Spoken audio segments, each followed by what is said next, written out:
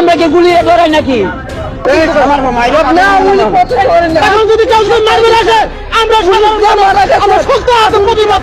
কোন আওয়ামী লীগের 17 বছর কোন নেতা কর্মী কোন রিক্সা লাগায়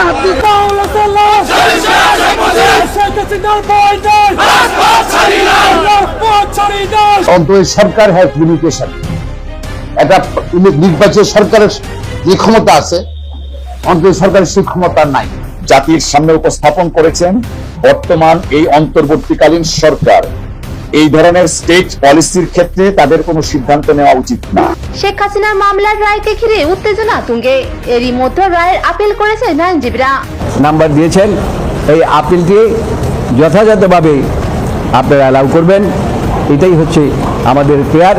তবে এই রায়ের প্রেক্ষিতে 30 নভেম্বর থেকে টানা কর্মসূচি ঘোষণা দিয়েছে আওয়ামী লীগ। হরতাল, অবরোধ সহ যমুনা ঘেরাও কর্মসূচি ঘোষণা দিয়েছে ছাত্রলীগ নেতা সাদ্দাম হোসেন। 30 তারিখ আপনাদের কি কর্মসূচি, মানে কি করতে চলেছেন আপনারা?